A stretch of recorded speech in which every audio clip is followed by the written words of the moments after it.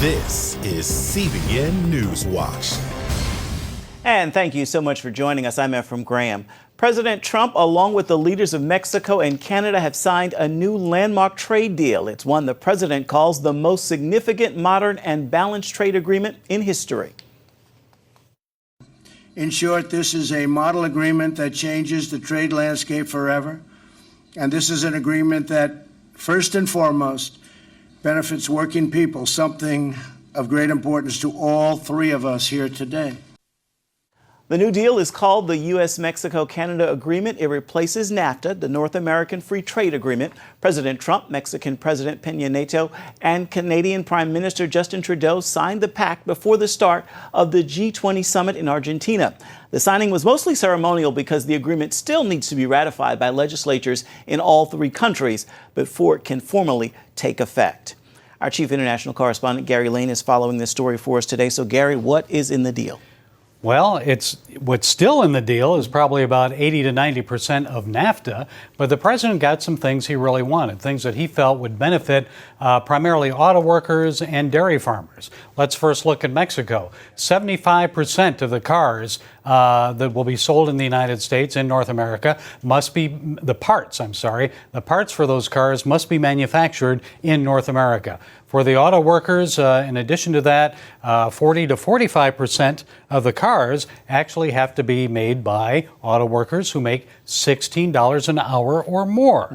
And as you know, from a lot of those jobs, when they left North America, went down to Mexico and elsewhere, Mexico, for example, a lot of those jobs, auto workers are only making $3 an hour at the maximum in Mexico. So this is a benefit to the workers here in America. In addition to that, with Canada, it benefited dairy farmers with opening up the Canadian market to more of our dairy products. The tariffs have been reduced. The tariff for milk was 240%. That's been reduced now. And also for butter was 298% tariff on American butter going into Canada. So this is a benefit to auto workers primarily and also to our dairy farmers. Refresh our memory. Why did the president want to do away with NAFTA as it was? Well, he said that NAFTA, if you remember in 2016 when he was campaigning, he said it's the worst deal the United States has ever entered, trade deal. And the reason for that, he said it benefited Mexico and Canada at the detriment of people in America, primarily our workers here. So he wanted to do away with that. It looks like it was more amended than actually, even though it's called a new agreement, it was more amended. All right, we've got about 30 seconds. What happens next? Well, what happens next is this will go before the legislatures in Canada, in the United States, and in Mexico. It's an uphill battle because of LGBTQT legislation, provisions that are in it. Those provisions would better protect those people on the workplace. And many conservatives in the U.S. Congress are saying, no, we don't need those protections because these people are already protected by U.S. civil rights law. So we'll see what happens there. But it's an uphill battle. Yeah, we'll be following. And you've got Democrats controlling the House when this comes January. before them. You got it. All right, Gary, thank you so much. Officials have issued a tsunami warning for coastal areas of southern Alaska after a 7.0 magnitude quake struck the region. The U.S. Geological Survey reports at least 4 aftershocks following the first quake. The largest, registering 5.8, was located in the city of Anchorage. The National Oceanic and Atmospheric Administration is urging residents to stay away from the beach, warning tsunamis can travel hundreds of miles per hour, so you can't escape if you're close enough to see this one. Marriott's Starwood Hotels database has been exposed in what could be the largest data breach on record. The company said Friday credit card numbers and expiration dates for as many as 500 million guests have been taken. Marriott said it discovered the unauthorized access to data within its Starwood network has been taking place since 2014. Email notifications to those who've been affected are being sent right now. A CNN commentator is under fire for appearing to call for the destruction of Israel. Mark Lamont Hill spoke Wednesday at the United Nations International Day of Solidarity with the Palestinian people. He seemed to endorse violence against Israel while speaking to the UN Committee on Palestinian Rights. He used the same phrase that is used by the terror group Hamas, from the river to the sea. But to commit to political action, grassroots action, local action, and international action that will give us what justice requires. and that is a free Palestine from the river to the sea. From the river to the sea is understood to mean the elimination of the state of Israel from the Jordan River to the Mediterranean Sea. But Hill, under fire for making the remark, tweeted later he meant there must be spaces of freedom, safety, and peace for Palestinians. Phil Kline with the Washington Examiner raised national awareness about the story when he wrote about it. He joins us now. So, Phil, CNN basically fired Hill a day after he made the comments. Do we know if it was because of the backlash, or do you think CNN would have fired him anyway? I think the timing suggests it's clearly a result of the backlash. Their statement was rather terse, just sort of saying that he was no longer under contract, but clearly they were under a lot of pressure after his remarks, which in effect are a genocidal position. Because not only did he call for the elimination of Israel, even though he denies it, that's the clear, obvious implication of saying that you're going to create a Palestinian state in between the Jordan River and the Mediterranean Sea, where Israel is located. In addition, he endorsed violent resistance against the Jews. And at the same time, this is not an isolated incident. For years, he's been involved in anti-Semitic controversies. He's praised Louis Farrakhan. He once criticized President Trump for saying that Palestinians should renounce terrorism. He called that an offensive position. So none of these are really inconsistent with his longstanding beliefs, and certainly on Twitter, he never backed down from his beliefs. Now, when you wrote about this piece about his comments, were you surprised that much of the other media outlets hadn't given any attention to it? Yeah, it is surprising to me and frankly disturbing, because this is, again, has been for decades the rallying cry of Hamas, which seeks in its charter to destroy Israel, to wipe it off the map. I mean, it goes back even earlier than that, to efforts initially, before Israel was even established, to annihilate the Jews from the region and fail to recognize and accept any Jewish presence in the region. So it was surprising, and what's been more alarming has been that we've seen in the wake of it, a lot of people on the left are starting to come to his defense, and including an incoming Democratic Congresswoman, Rashid Khalid, who had even tweeted out a petition blaming the Jewish establishment for his ouster and calling on CNN to rehire him. So I think that after this, the Democrats have a lot to be held accountable for in terms of the sweeping rise of anti-Semitism within the Democratic Party. Mark Lamont Hill is a PhD. He is a university professor at Temple University. Do you think he didn't realize this statement from the river to the sea is a terrorist rallying cry calling for the annihilation of Israel?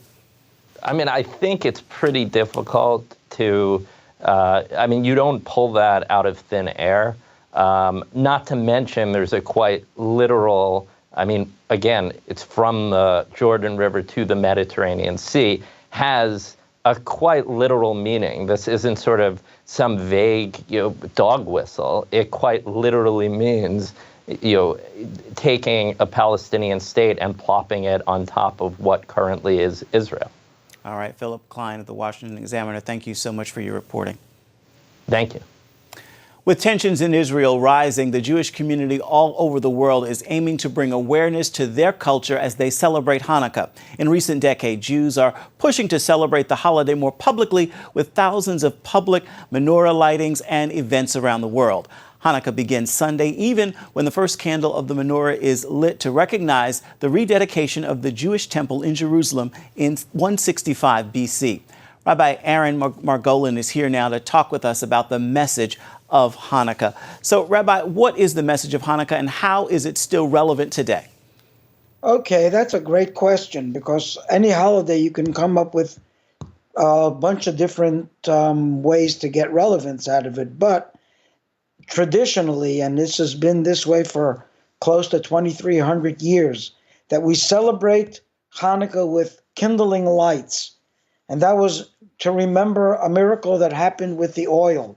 Now, the people who were oppressing the children of Israel who lived in Israel at the time, they were worshiping in the holy temple. They did their worship the way they were supposed to, and the Greek Syrians came in and said, no, you have to change the way you do it. Making a long story short, is they came into the temple, they occupied it, and they didn't take away the gold and silver that was in the temple, the vessels, the implements, and all the different things. What they did was they went into the kitchen and looked for sealed bottles of oil. They went to look for the sealed Tylenol, and they opened all the jars. Real quick. What's that about? Excuse me? Real quick, I want to ask this question because we're just about out of time. With so much conflict surrounding Israel, how can Jews and Christians come together during this holiday season? Well, the message of light is universal. It goes very fast, and it goes from one place to another, illuminating. When you light one candle from another, the first candle doesn't lose anything, but you're adding light into the world, lighting all the different Hanukkah menorahs in the world. You see this book that was published in 1987 about all the different Hanukkah menorahs at the time in the world. And we in Virginia Beach got the cover, if you could recognize that. I love it. It's very important that we remember that light spreads and it's contagious in a good way, and we can bring peace, happiness, and spiritual wellness. Absolutely. To anybody who's interested. Thank you so much. Continue to do your work to light the world. Much appreciated. Thank you. A troubling trend for the church in China. Senior international correspondent George Thomas visited China this week. He reports growing opposition on the gospel and anti-church activity that hasn't been seen in decades. Even though China is officially a communist nation, it has seen dramatic church growth in recent decades. Now the state is beginning to push back. What we have seen, Heather, in the last 4 years has been an aggressive campaign by the Chinese government to go after people of all faiths, not just Christianity, Muslims, Buddhists. In essence, they have just in the last 24 months, they have released what's called a white paper, in essence, giving Chinese citizens the sort of blueprint of how they can and cannot practice their faith as it relates to the rules and regulations of the state. So George Thomas talking with Heather Sells, and you can get the full interview if you watch Christian World News tonight at 6:30 on the CBN News Channel. One woman's testimony goes viral and abortion activists don't like it. Coming up, hear the redemptive story of what happened after she learned she was pregnant with her rapist child. Stay with us.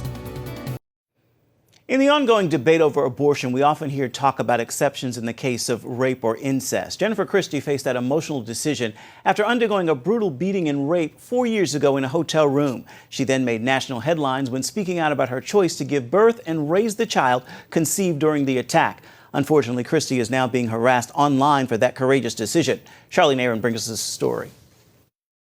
In 2014, what was supposed to be a routine business trip for Jennifer Christie turned into a nightmare. The last day of this assignment, there was a snowstorm and work let out early, and I went back to my hotel. And this was not a place that got a lot of bad weather, and so it was kind of a ghost town. And I head back up to my room, and I had my hood up and my scarf wrapped around my face, and I wasn't really paying attention to anything that was around me, and I didn't know that I was being followed. And so I get to my room and I open the door and I kind of throw everything on the floor. And I turn around to shut the door, and there was a man in my doorway. The man pushed his way into Christie's room, hit her over the head, and violently raped her. She passed out in the struggle, suffering a brain bleed, broken bones, and serious internal injuries. When Christie regained consciousness, she was no longer in her hotel room. Her rapist had left her for dead. I was in the back of the hotel in a stairwell outside that led to the dumpsters, and was wearing a scrap of clothing. 6 weeks later, Christie learned she was pregnant with her rapist's child. You know, they gave me the the little stick test first. And it was an interesting dichotomy of feeling completely shocked and also not shocked at all. Christy, who already had 4 children, recounted the touching moment she told her husband the news. And he just said, "Sweetheart, this is a gift. He said, this is something beautiful from something terrible and painful for us." He said, this is going to be awesome. We love babies." And I said, yeah, we love babies. So wow. We can do this. My son is a reminder that love is always stronger than hate. Since the attack, Christy, a pro-life advocate, has been sharing her painful but redemptive story. Earlier this year, after this video of her testimony went viral, she began receiving threatening messages from abortion activists. Someone even sent a video to her Facebook account depicting a woman being raped. The other side just finds it abhorrent that I am, quote unquote, forcing, women to carry a rapist spawn. And, don't I understand that this is something that's going to be a horrible reminder? Kristen Hawkins of Students for Life says she is not surprised. We had a case just a couple years ago where a university staff member at Purdue University started cyberbullying our Students for Life group and then threatened in online comments to rape pro-life women. Meanwhile, Christy says her son is a beautiful reminder that good can come from evil. He's just a wonderful kid. And he's been such a light. He's been such a joy in our family. Looking back, she says God has been with her every step of her journey. God is in all of this. And it's a story of beauty for ashes and hope and healing and grace. And I'm so grateful for everything that has happened. Charlene Aaron, CBN News. And Charlene joins us now with more on this story. Charlene, what an amazing testimony. Why do you think this story bothers abortion activists so much? Absolutely amazing story, Ephraim. The fact that this woman would choose life in the midst of something so horrific, to be brutally raped and beaten, and yet she chooses life, it really flies in the face of everything that the pro-choice movement stands for. That you hear it all the time, that what if a woman is raped, they encourage abortion in such cases, when in fact, the majority of women who are raped absolutely choose life. And they are absolutely hating that message that a woman can choose to keep her baby in the midst of something so horrific. It just goes against everything they stand for. Nice to see that a woman does have the right to choose, and she did choose life. Thank you, Charlene. Absolutely. Stay with us. Coming right back.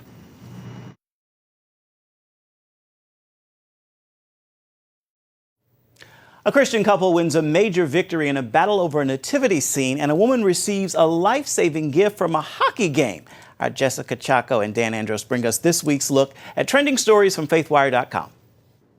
Well, it's the classic symbol of the Christmas season, but in recent years, the right to display a nativity scene has come under attack.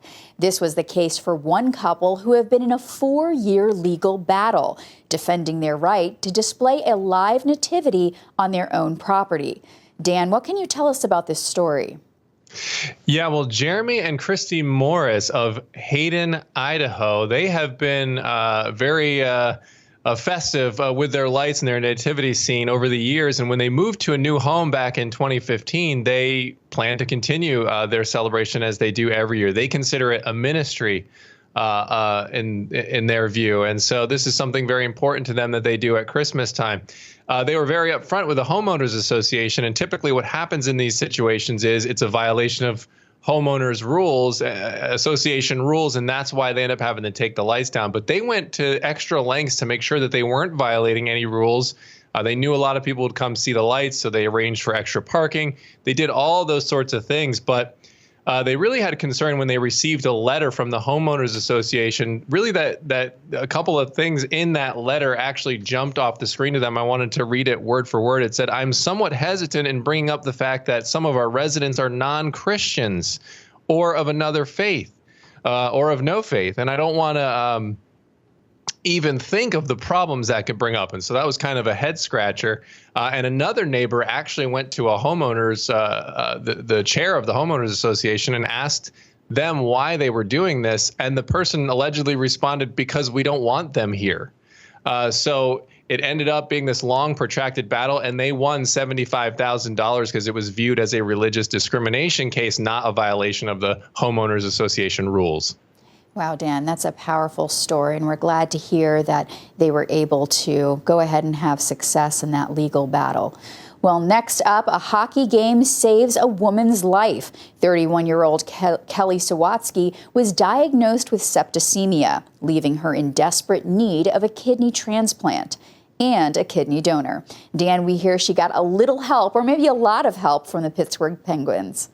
Yeah, this is pretty cool because she was getting desperate, really. She was on this donor list after she was diagnosed, and the years just kept kind of going by, and she was like, when is this going to happen? And so she decided to take matters into her own hands. As a Pittsburgh Penguins fan, hockey fan, she went to the game and she had a sign, and the sign read, "Calling all hockey fans, I need a kidney, I need a kidney," and she put her number on there. Well, that got the attention of the social media team for the Penguins, and they tweeted out a photo of her holding the sign. Well, it went viral, and she just said the phone calls and the texts and everything just started coming in off the hook, and she couldn't stop it. And one fan saw it, and he realized that he was actually a match with her, and his name was Jeff Lind. And so they connected, the match was confirmed, and they ended up going through with it just a couple weeks ago, and she has a new kidney now from Jeff, and everything's doing great. And she says that he literally saved her life, and she credited the Penguins as well for getting the word out there. Thanks, Dan. Well, for more stories like these, visit faithwire.com. Back to you. Everyone's favorite fixer-upper, Joanna Gaines, is taking her talents from designing homes to designing clothes. The HGTV star is about to launch her second collection with Matilda Jane Clothing. The line will feature items for women, tweens, girls, and even baby boys. As you know, she just added a new son to their family earlier this month. Gaines also launched a new book and announced her family's return to television. The new clothing line is set to launch December 1st, tomorrow.